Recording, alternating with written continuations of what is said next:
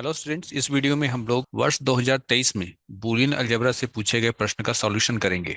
आपका पहला प्रश्न था, give duels of the following. 1 marks के लिए था। आपको बताना था कि इसके लिए डुअल क्या होगा। सॉल्यूशन कुछ इस प्रकार से होगा, x plus x not y. ठीक है, तो x ज्यों का त्यों रहेगा, प्लस की जगह पर डॉट हो जाएगा। एक्स नॉट भी एक्स नॉट ही रहेगा, ध्यान देना है, एक्स नॉट भी एक्स नॉट ही रहेगा। और आप यहाँ ध्यान दीजिएगा, यहाँ पर डॉट छुपा हुआ है, इस डॉट की जगह पर क्या होगा, प्लस होगा। देन इसके बाद y। ठीक है, तो ये पहला का सॉल्यूशन होगा। नाउ सेकंड देखिए, यहाँ पर ब्रैकेट में a प्लस 0 है, फिर इंटू, फिर ब्रैकेट में a इंटू ये 1 है। ठीक है, आपको ये एक सीधी लकीर नजर आ रहा होगा, ये थोड़ा मिसप्रिंट था। ठीक है, आपके क्वेश्चन पेपर में दरअसल ये 1 था। ठीक है, इंटू a नॉट। क्या होता है आपका डुअल में, रूल को आप याद कर लीजिए। देखिए, डुअल में क्या होता है, कहीं भी अगर प्लस हो उसको डॉट में बदल दिया जाता है, कहीं भी अगर आपको डॉट मिले उसको प्लस में बदल दिया जाता है, कहीं भी अगर आपको जीरो मिले उसको 1 में बदल दिया जाता है, और कहीं भी आपको 1 मिले तो उसको 0 में बदल दिया जाता है। यही डुअल का रूल होता है। ठीक है, तो इसी रूल पे आपको चलना है, इसके इन चार चीजों के अलावा और कोई भी चीज नहीं होगा। ठीक है, तो इस प्रश्न में हम लोग देखें, ए का ए ही रहेगा, फिर ए के बाद प्लस है, प्लस की जगह पर डॉट हो जाएगा, फिर यहाँ जीरो है, जीरो की जगह पर 1 हो जाएगा। ठीक है, चलिए इसको हम ब्रैकेट में ही रहने देते हैं। फिर यहाँ पर देखिए, इस जगह पर जो है डॉट है, इसके जगह पर प्लस हो जाएगा। फिर ब्रैकेट में क्या होगा, ए है, आप ए देख पा रहे हो, ए, फिर यहाँ डॉट है ना, तो डॉट की जगह पर प्लस, फिर यहाँ 1 है तो 1 की जगह पर जीरो, फिर 1 के बाद यहाँ फिर से डॉट है, तो डॉट के लिए क्या होगा, प्लस होगा। फिर यहाँ पर ए का कंप्लीमेंट या ए नॉट बोलते हैं, तो यहाँ पर आपका ए नॉट होगा। तो इस प्रकार से ये पहला का डुअल हो गया, पहले एक्सप्रेशन का डुअल हो गया, और ये आपका दूसरे एक्सप्रेशन का डुअल हो गया। ये 1 अंक के लिए प्रश्न पूछा गया था, तो इन दोनों को सॉल्व करेंगे तो आपको 1 अंक मिलेगा। अगला प्रश्न, अगला प्रश्न 3 अंक के लिए। ठीक है, आपको दिए गए एक्सप्रेशन के लिए ट्रूथ टेबल बनाना है। ये जो प्रश्न है ये कई बार आपके एग्जाम में आ चुका है। कैसे बनाते हैं उसको जानिए। यहां पर देखिए सबसे पहले कि ये जो एक्सप्रेशन है इसमें कितने वेरिएबल्स हैं। इसमें वेरिएबल्स 3 है। कौन कौन सा, एक्स है, वाई है, जेड है। कितने वेरिएबल है, 3 है। तो एन डिनोट किया जाता है नंबर ऑफ वेरिएबल के लिए, तो हम लोग कहेंगे एन इक्वल टू 3। अब चूंकि यहाँ टेबल बनाया जाता है तो टेबल में कुछ कॉम्बिनेशन होता है, एक्स वाई जेड इनके वैल्यूज को लेकर के कॉम्बिनेशन होता है। तो वो कॉम्बिनेशन कितना होता है, उसका फॉर्मूला होता है two the power n, where n is number of variable. ठीक, तो 2n का वैल्यू यानी नंबर ऑफ वेरिएबल कितने हैं, 3 है, तो 2 द पावर 3 ना हो गया, 8 हो गया, है ना। 8 यानी 8 कॉम्बिनेशन, है ना। तो यहाँ पर देखिए, ये पहला रो है, ये दूसरा रो है, इसी तरीके से 6 रो और बनेगा, है ना। इस तरीके से 6 रो और बनेगा, वो मैंने अगले स्लाइड में दिखाया हुआ है। इसके बाद क्या काम होता है, इसके बाद काम बेसिकली ये होता है कि आपको पहले 3 वेरिएबल, है ना, एक्स वाई जेड, इसके लिए 3 कॉलम बना लीजिए। जो हमने यहाँ पर बनाया है एक्स, यहाँ बनाया है वाई, यहाँ बनाया हुआ हमने जेड। अब आप यहाँ पर गौर कीजिएगा कि जो दिया हुआ एक्सप्रेशन है इसमें एक्स का कंप्लीमेंट, वाई का कंप्लीमेंट और जेड का कंप्लीमेंट भी है। कहाँ है, यहाँ है। एक्स का कंप्लीमेंट दिख रहा है आपको, जेड का कंप्लीमेंट दिख रहा है आपको, और वाई का कंप्लीमेंट दिख रहा है आपको। तो इसके लिए भी 3 कॉलम आपको बनाना पड़ेगा। हमने बनाया भी है। देखिए, एक्स का कंप्लीमेंट, याद रखिएगा, हम लोग ऐसे भी लिख सकते हैं, और हम लोग इसको इस तरीके से डैश लगा दे, ऐसे भी लिख सकते हैं, दोनों सेम चीज है। ठीक है, तो कंफ्यूज मत करना आप लोग।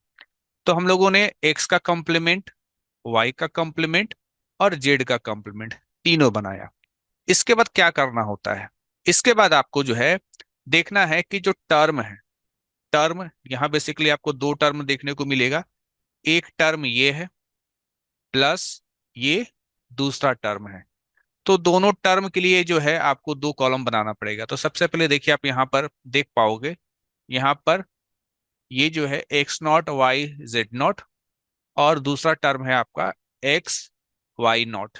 ठीक है, ये 2 टर्म है, तो हमने 2 कॉलम और बना लिया। ठीक, एंड फाइनली, फाइनली क्या होता है, फाइनली ये होता है कि ये जो आप देख रहे हो ना पूरा का पूरा इन दोनों का जोड़, तो इन दोनों का जोड़ को आप इस लास्ट वाले कॉलम में दिखा रहे हैं। कैसे यह वैल्यू आएगा, दिस प्लस दिस। ठीक है, चलिए कैसे हम लोग काम करेंगे, यहां आते हैं। जैसा कि आपको बताया गया है कि 3 वेरिएबल हो तो 8 कॉम्बिनेशन बनता है। और वेरिएबल कौन कौन से हैं आपका यहाँ पर, एक्स है, वाई है, जेड है।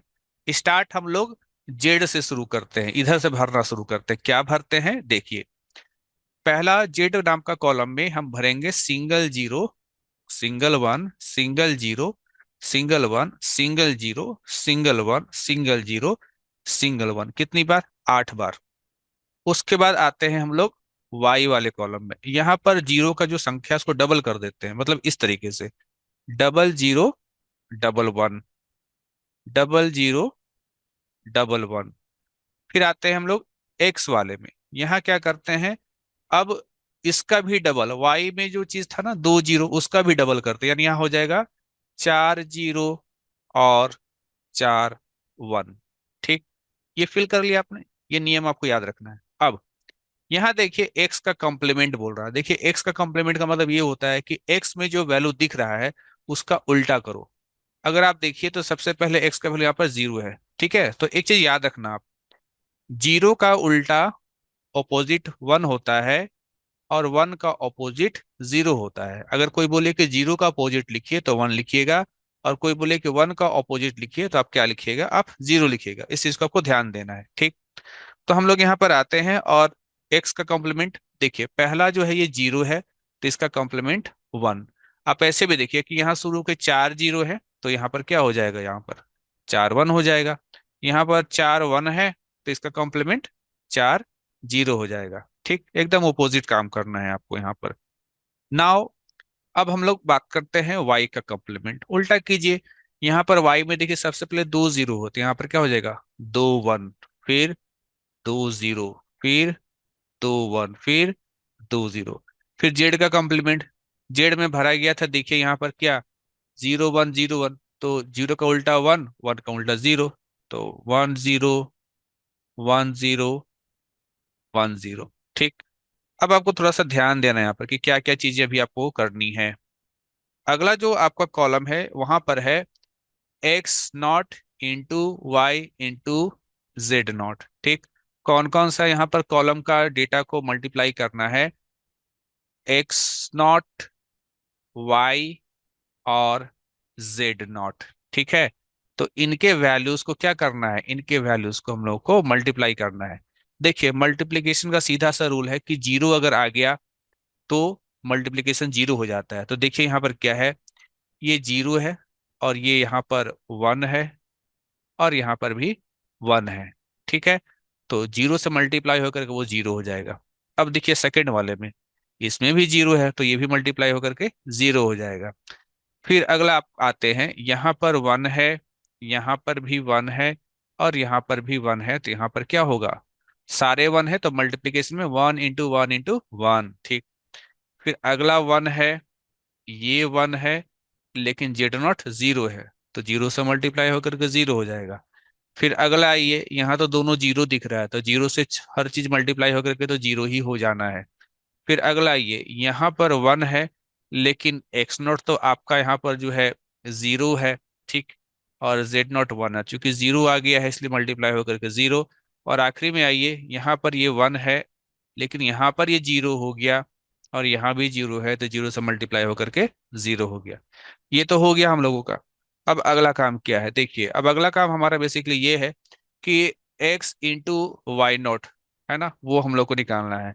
तो एक्स कहाँ है, तो हम लोग का एक्स यहाँ है। ठीक, और वाई नोट कहाँ है, यहाँ। तो यहाँ इन दो कॉलम की डेटा को मल्टीप्लाई करना है। अब यहाँ पर एक चीज गौर कीजिएगा कि एक्स में शुरू का 4 लोग है ना, देखिए 4 जो लोग हैं यहाँ पर ये चारों 0 हैं तो मल्टीप्लाई होकर के तो वो 0 से हर चीज 0 ही हो जाता है। अब यहाँ आखिरी का देखिए यहाँ पर क्या क्या हो सकता है, यहाँ पर 1 है और यहाँ पर भी 1 है तो 1 इंटू 1 1। फिर यहाँ भी 1 है और यहाँ भी 1 है तो 1 इंटू 1 1। लेकिन यहाँ भले 1 है लेकिन यहाँ 0 है तो 1 इंटू 0 0। और यहाँ भी 1 इंटू 0 1 इंटू जीरो, जीरो। अब क्या है, अब देखिए, इस वाले को और इस वाले को, है ना, यहाँ देख रहे हैं दोनों चीज यहाँ पर है, ये भी है और ये भी है। दोनों को क्या करना, ऐड करना है। ठीक है, जोड़ना है। तो ऐड का जो है क्या रूल होता है उसको हम लोग समझ लें। ऐड में क्या होता है कि अगर दोनों के दोनों जीरो होंगे, दोनों के दोनों का मतलब क्या हुआ, दोनों का दोनों का मतलब ये हो गया कि ये भी जीरो और ये भी जीरो, तो दोनों जीरो होंगे तो क्या हो जाएंगे, जीरो हो जाएंगे। ये रूल आपको यहाँ पर क्या करना है, ये रूल आपको यहाँ पर याद रखना है। तो चलिए इसको हम लोग पूरा करते हैं। तो zero plus zero, zero, zero plus zero, zero, one plus zero, one. ठीक है, यहाँ वन होगा। फिर zero plus zero, zero, zero plus one, one, zero plus one, one. फिर यहाँ तो दोनों है, जीरो प्लस जीरो, जीरो, और जीरो प्लस जीरो, जीरो। ये जो आपका आया ना, ये हो गया आपका फाइनल आंसर। यही निकालना था। तो इस तरह का जो है क्वेश्चन बहुत बार एग्जाम में आया है, तो आपको रूल्स याद रखना है, मल्टीप्लिकेशन का रूल, एडिशन का रूल। ठीक है, और बूलियन अलजेब्रा में सबसे शुरू में ये रूल्स पढ़ाया जाता है। तो याद रखिए ये क्वेश्चन 3 अंक का है। अगला प्रश्न जो कि कई बार एग्जाम में आया है, इससे पहले जितनी बार भी एग्जाम में आया है, या तो 4 नंबर के लिए पूछा गया है ये प्रश्न, या तो 3 नंबर के लिए पूछा गया है। लेकिन कंप्यूटर साइंस की हिस्ट्री में पहली बार जो है ये क्वेश्चन 5 मार्क्स के रूप में पूछा गया था, पिछले साल 2023 में। ठीक है, देखिए क्या होता है इसमें। यहां पर जो लिखा हुआ है ना आपका एफ, एफ का मतलब हो गया फंक्शन। ठीक, एफ का मतलब हो गया फंक्शन। और एबीसीडी क्या हो गया, एबीसीडी हो गया आपका बूलियन वेरिएबल। ठीक, और ये जो सम है ना, मतलब ये जो सिंबल है, ठीक है, ये जो सिंबल है इसका मतलब होता है सम ऑफ प्रोडक्ट। ठीक है, तो आपको बूलियन अलजेब्रा में पहले तो सम ऑफ प्रोडक्ट क्या होता है वो जानना पड़ेगा, ये इसके लिए वो नॉलेज होना जरूरी है। दरअसल इस क्वेश्चन का सॉल्यूशन आप तभी कर पाते हो जब बूलियन अलजेब्रा का सारा कंसेप्ट आप जानते हैं, तो ही इसका सॉल्यूशन आप कर पाओगे और इसका सॉल्यूशन समझ भी पाओगे। ठीक है। अच्छा, इधर क्या है, ये 0357, इनको कहेंगे कि ये सब डेजिग्नेशन है, या सिंपली हम लोग इसको कहेंगे तो these are called mean terms. ये सभी क्या है, मीन टर्म्स। अब मीन टर्म्स क्या होता है भाई, उसको भी आपको पढ़ना पड़ेगा। ठीक है, मिन टर्म्स क्या है, सम ऑफ प्रोडक्ट क्या है, वेरिएबल्स क्या है, फंक्शन क्या है, पहले तो इसको जानना पड़ेगा, तब इसका सॉल्यूशन हो पाता है। फिलहाल जो लोग इनको जानते हैं वो इसका सॉल्यूशन अब कर सकते हैं। तो हमने यहाँ पर क्या क्या चीजें देखी, एफ फंक्शन है, एबीसीडी वेरिएबल है, समेशन का मतलब होता है सम ऑफ प्रोडक्ट, और जो ये जो नंबर्स है ये आपके मीन टर्म्स है। सॉल्यूशन कैसे होगा, देखिए सॉल्यूशन क्या होगा।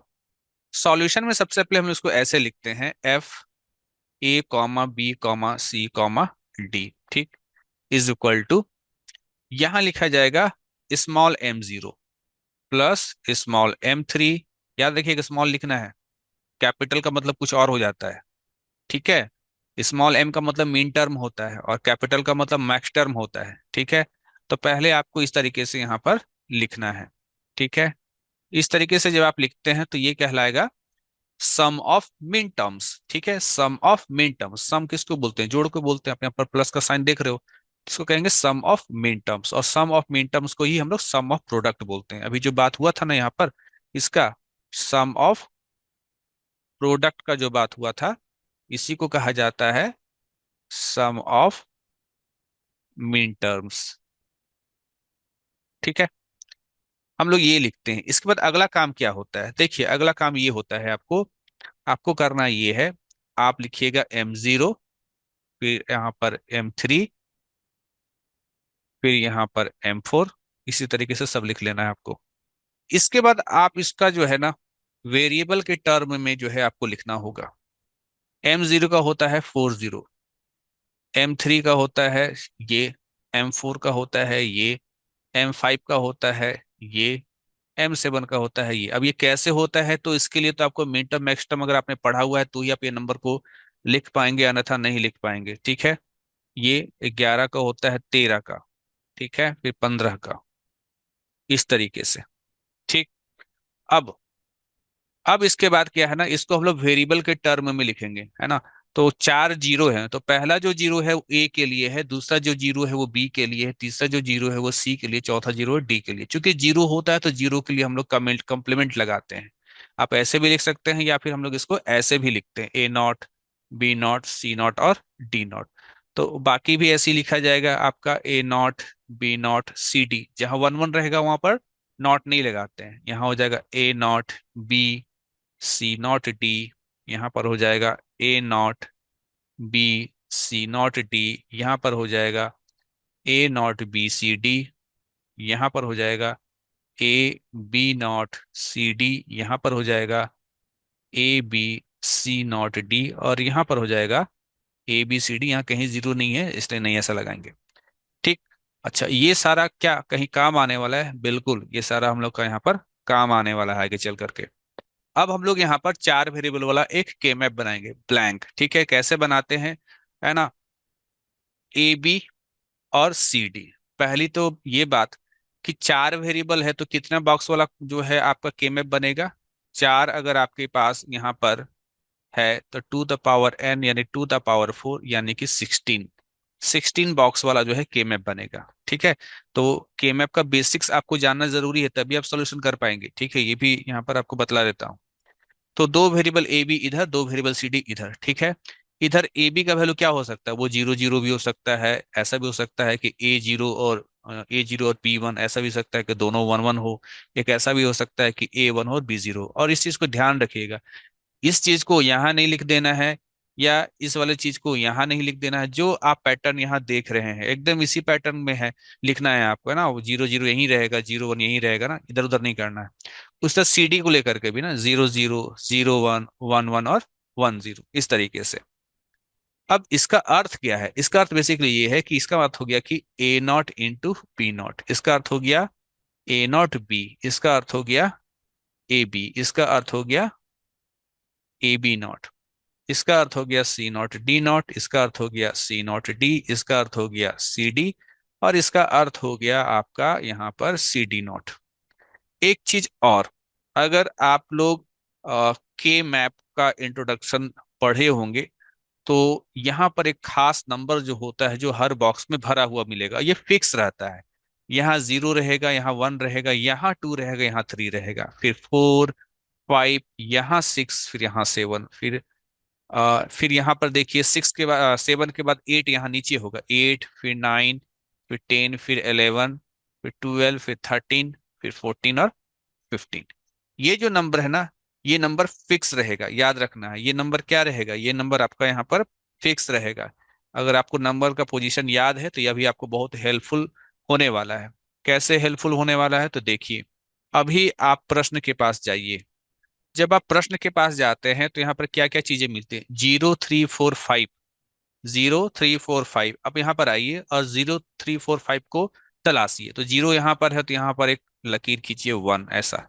0 3 4 5, यहाँ थ्री है, यहाँ भी वन भरिए, यहाँ पर फोर और यहाँ फाइव। तो वो जो आपको क्वेश्चन में जो जो नंबर मिल रहा है वो नंबर को ढूंढ करके उस बॉक्स में आपको वन भरना है। ठीक।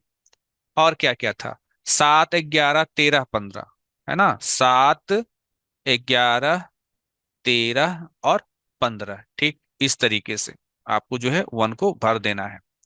इसके बाद हम लोग के मैप में पढ़े थे, ठीक है, आप लोगों ने शायद पढ़ा होगा, क्योंकि बिना के मैप का कंसेप्ट जाने बिना ये क्वेश्चन का आंसर नहीं बनता है, ये भी जान लीजिए। ठीक, हमने ये पढ़ा था कि ग्रुपिंग करते हैं। ठीक है, ग्रुपिंग करते हैं। कैसे ग्रुपिंग होगा तो देखिए यहाँ पर सबसे पहले हम लोग सबसे बड़ा का ग्रुपिंग करते हैं कि आठ वन है तो आठ वन यहाँ पर आपको मिलेगा नहीं इकट्ठा, एक जगह इकट्ठा आठ वन मिलना चाहिए, नहीं। तो फिर चार का ग्रुपिंग करते हैं। तो देखिए चार का ग्रुपिंग एक हम लोग का यहाँ पर हो रहा है, चार वन का। ठीक है, इसके बाद हम लोग एक ओवरलैपिंग भी पढ़े होंगे, इसमें भी यहाँ पर देखिए इन चार का ग्रुपिंग हो रहा है। ठीक, इसके बाद याद रखिएगा, आठ का ग्रुपिंग होता है, चार का ग्रुपिंग होता है, तीन का ग्रुपिंग नहीं होता है, फिर दो का ग्रुपिंग होता है। ठीक है, और ग्रुपिंग जो होगा वो हमेशा क्या होगा, वो आपका जो है या तो हॉरिजेंटली होता है या तो वर्टिकली होता है, तिरछे नहीं होगा, डायगोनली नहीं होगा। इस बात को आपको ध्यान में रखना है। ठीक है, इसलिए आप यहाँ पर देख रहे हैं कि जितना भी ग्रुपिंग हुआ है सब आपका हॉरिजेंटली या वर्टिकली हुआ है। ठीक है, तो यहाँ भी ये वन वन का ग्रुपिंग होगा। ठीक है, आपने ग्रुपिंग कर लिया। अब जब ग्रुपिंग करेंगे तो इन नंबर्स पे जरूर ध्यान देना, ठीक है, कि ग्रुपिंग में कौन कौन सा नंबर भाग लिया है, इससे बहुत फर्क पड़ने वाला है। ठीक, चलिए हम लोग आते हैं और इसके आगे क्या करना है उसको देखते हैं। हम लोग यहाँ पर कहेंगे कि आफ्टर ग्रुपिंग हम लोगों को क्या क्या मिला। हम लोगों को आफ्टर ग्रुपिंग मिला दो क्वाड, दो क्वाड। क्वाड किसको बोलते हैं, चार का ग्रुप को क्वाड बोलते हैं, ठीक। और एक पेयर मिला, पेयर किसको बोलते हैं, दो का ग्रुप को। तो पेयर कौन है, पेयर का नाम भी देना पड़ेगा। तो पेयर का जो नाम है वो है यहाँ पर, अभी बताया गया था ना कि 0 और 4, ठीक है। तो 0 और 4, तो यहाँ पर लिखा जाएगा M0 + M4, ये मिलके पेयर बना है, ठीक। कहाँ के बारे में बात हो रहा है, यहाँ के बारे में बात हो रहा है, ठीक है। M0 + M4 मिन टर्म्स हो गया। नाउ हम एक और क्वाड के बारे में बात करें। पहला क्वाड, पहला क्वाड जो है वो है क्वाड 1 है M5। आप डायग्राम में देखिएगा M5 कहाँ से लिख रहे हैं, M5 इन प्लस, फिर M7, फिर प्लस, फिर M15, फिर प्लस, फिर M13। बात इसका हो रहा है, देख लीजिए, है ना। इसका बात हो रहा है, इस क्वाड के बारे में बात हो रहा है। अब हम लोग क्वाड 2 के बारे में बात करें। वो क्वाड 2 जो एकदम सीधा देख रहे हैं, कौन कौन सा, M3 +, M7 +, M15 + M11। अब आपको यहाँ पर एक पेयर और दो क्वाड मिल गया। अब हम लोगों को इसको क्या करना पड़ता है, अब हम लोग को इसको सॉल्व करना होता है। देखिए यहाँ पर मैं चीजों को इरेज कर रहा हूँ, ठीक है, आप इसको कॉपी पे लिख लेना। सबसे पहले हम लोग पेयर को सॉल्व करने वाले हैं। पेयर क्या था आपका, पेयर था आपका M0 + M4। अच्छा, M0 के लिए क्या होगा, चलिए पीछे आ जाइए। हमने M0 के लिए यहाँ पर निकाला था क्या, ये चीज निकाला था, याद रखिएगा, है ना। M0 के लिए A0 × B0 × C0 × D0, वो आप यहाँ पर लिखिए M0 के लिए A0 × B0 × C0 × D0। फिर एक एरो का साइन देंगे। M4 आप देख रहे हैं, M4 के लिए क्या होता था, ए, है ना, यहाँ पर देखिए A0 B C0 D0, ठीक है। A0 B C0 D0। अब आपको यहाँ पर क्या करना है, आपको देखना है कि इन दोनों में किस वेरिएबल में चेंज हुआ, ठीक है। तो A0 दोनों जगह पर है, एक जगह पर B0 है, एक जगह पर B है। तो जिसमें चेंज हुआ उसको काट देंगे, अगले वाले में अगला यहाँ पर काट देंगे, ठीक। काट दिए।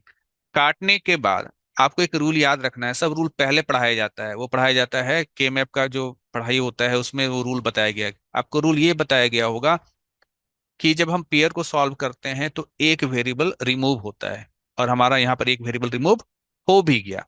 तो फाइनली इसको लिखा इस तरीके से जाएगा, वेरिएबल के कटने के बाद A0 C0 D0, ठीक है। तो इसको आप राइट डाउन जरूर कर लेना कि जो हम लोगों का पेयर है, इस पेयर को सॉल्व करके हम लोग को आया यहाँ पर A0 C0 D0, ठीक है। पेयर को सॉल्व कर लिए, कैसे सॉल्व करते हैं आपको यहाँ पर बता दिया गया है। अब हम लोग अगला जो क्वाड है, मतलब पहला जो क्वाड है, हम लोग अब उसको सॉल्व करने वाले हैं, ठीक है। तो क्वाड को हम लोग यहाँ पर लिख लेंगे क्वाड 1। क्वाड 1 कौन कौन सा था आपका, M5 + M7 + M13, पहले लिखो या बाद में की बात है, M13 + M15, ठीक। अब वैसे ही करना है आपको, यहां से हेल्प लीजिए, M5 का लीजिए, M7 का लीजिए, ठीक है। तो M5 का क्या होगा, M5 का होगा यहाँ पर A, ठीक, A0 होगा, A0 B C0 D, ठीक, देख लीजिए यहाँ पर, है ना, A B C0 D, A B C0 D। उसके बाद आप लिखेंगे M7 का, अगला आपका M7 है, M7 का होगा यहाँ पर A0 B C D। अब देखिए कम, इतने में ही कंपेयर कराइए, ठीक है। किसमें चेंज हुआ, है ना, अगला वाला जो टर्म है उसमें देखिए, तो चेंज जो हुआ इसमें C में हुआ है, ठीक। तो C को काट देंगे, है ना, C को क्या करेंगे, C को हम लोग यहाँ पर काट देंगे। अब काटने के बाद आपको वो गलती नहीं करना है जो अभी हमने पेयर में हम लोग क्या किए थे, पेयर में काटने के बाद जो बचा था उसको लिख दिए थे। वो चीज यहाँ क्वाड में नहीं होता है, वो चीज अभी क्वाड में नहीं होगा। ठीक, तो क्या करेंगे इसके बाद, बोले इसके बाद ये करना है, इसको बचा हुआ मत लिखना, याद रखिए, है ना, इसका बचा हुआ चीज को नहीं लिखना है। इसके बाद M13 के पास आइए और M13 का चीज को लिखिए, M13 का। ठीक, M13 का क्या होगा देख लीजिए, AB C0D, AB C0D। अब देखिए यहाँ पर क्या होगा ना, कि सी को तो पहले भूल जाइए, यहाँ पर ये 13 का हमने यहाँ पर लिखा है, सी को भूल जाए, क्यों भूल जाएंगे, क्योंकि हमने सी को ऑलरेडी काट लिया है पहले ही, तो सी को भूल जाइए, सी को भूल जाइए। अब यहां पर आपको क्या करना है ना, कि करेंटली इसमें और इसमें कंपेयर करके बताइए किस में चेंज हुआ। ठीक है, सी को तो भूल जाना है, किस में चेंज हुआ। तो आप देखेंगे कि यहाँ पर जो है आपका यहाँ A0 है, जबकि यहाँ पर क्या है, ए है, दैट मीन्स ए में चेंज हुआ। तो अब क्या करेंगे, यहाँ पर ए को आप काट देंगे। ठीक है, तो इन दोनों में कंपेयर करा करके जिसमें चेंज हुआ उसको काट देंगे। काटने के बाद अब आपको लगता है कि अब M5 का लिखा था, फिर मैंने फिर M7 का लिखा था, फिर M13 का लिखा था, तो अब मुझे M15 का लिखना चाहिए। नहीं, M15 का लिखने की जरूरत नहीं है। क्यों, इसके पीछे वही रूल है के मैप वाला, कि जब हम एक क्वाड को सॉल्व करते हैं तो मैक्सिमम दो वेरिएबल ही कटता है। अगर आप M15 के पास भी जाएंगे और अगर आप सोचेंगे कि एक वेरिएबल और कट जाएगा, नहीं कटेगा। ठीक है, आप करके भी देख लेंगे तो नहीं कटेगा। ठीक है, तो हम लोग फिलहाल उस चीज को करने नहीं जा रहे हैं, है ना। तो आपको रूल सीधे जान लेना है कि जब हम एक क्वाड को सॉल्व करते हैं तो दो वेरिएबल कटता है, पेयर को सॉल्व करते हैं तो एक वेरिएबल कटता है। अब यहाँ जो बच गया उसको लिखिए, तो देखिए ए कट ही चुका था, सी कट ही चुका था, बचा क्या, BD बचा। ठीक है, तो जो मेरा क्वाड 1 है, क्वाड 1 जो है उसको सॉल्व करके क्या मिला मुझको, BD मिला। अच्छा, इसको मैं लिख कर क्यों रख ले रहे हैं, काम आएगा अभी थोड़ा देर में। ठीक, चलिए क्वाड 1 को सॉल्व करिए, इसको मैं इरेज कर रहा हूँ, कॉपी पे जरूर लिख लेना, क्योंकि कॉपी पे लिख के ही इस चीज का प्रैक्टिस होगा और कोई तरीका नहीं है प्रैक्टिस करने का। नाउ क्वाड 2, क्वाड 2 क्या था, क्वाड 2 है आपका M3 + M7 + M15 + M11। M3 का सबसे पहले लिखते हैं, M3 का क्या होगा, तो देखिए M3 का होता है A0 B0 CD। ठीक, M7 का क्या होता है, A0 B C D। इसमें चेंज हुआ, आपका B में चेंज हुआ। ठीक है, यहाँ पर B0 है जबकि यहाँ पर B है, तो B में क्या हुआ चेंज, B को काट दीजिए। काटने के बाद M15 का लिखिए, पूरा M15 का क्या होता है, M15 का होता है ABCD। चूंकि B कट चुका है इसको भूल जाइए। अब देखिए बचा हुआ में क्या क्या कंपेयर करते हैं, तो ऊपर वाले में है इस जगह पर A0 CD, जबकि नीचे वाला में है ACD, यानी किसमें चेंज हुआ, ए में चेंज हुआ, तो ए को काट दीजिए। दो वेरिएबल कट गया। अब जानते हैं क्वाड में दो वेरिएबल कटता है, तो बचा क्या, केवल बचा यहाँ पर CD। यानी कि क्वाड 2 को सॉल्व किया आपने तो क्या बचा, CD।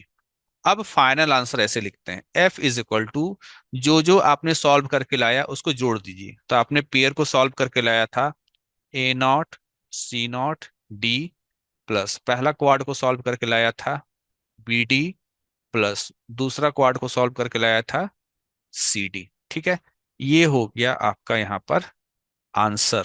ठीक है, काफी लंबा इसका सॉल्यूशन होता है। ठीक है, और बहुत सारा रूल्स आपको पहले मालूम रहता है तभी आप इसका सॉल्यूशन कर पाएंगे, है ना। वो सारा रूल्स आपको मालूम होगा तो ही आपका सॉल्यूशन इसका हो पाएगा।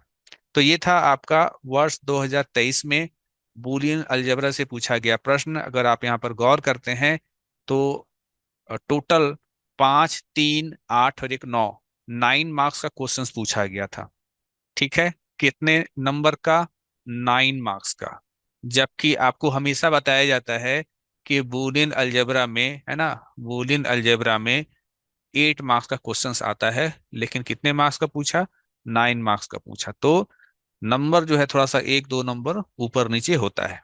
तो के मैप का आपको बहुत ज्यादा प्रैक्टिस करने की आवश्यकता है, साथ ही साथ जो आपको बताया गया था ट्रुथ टेबल बनाने के लिए उसका भी बहुत ज्यादा प्रैक्टिस करने की आवश्यकता है, क्योंकि ये दो प्रश्न जो है प्रायः पूछा जाता है। ठीक है, किसी साल ना पूछे अलग बात है, लेकिन प्रायः पूछा जाता है। ठीक है, मिलते हैं नेक्स्ट वीडियो में, तब तक के लिए थैंक यू।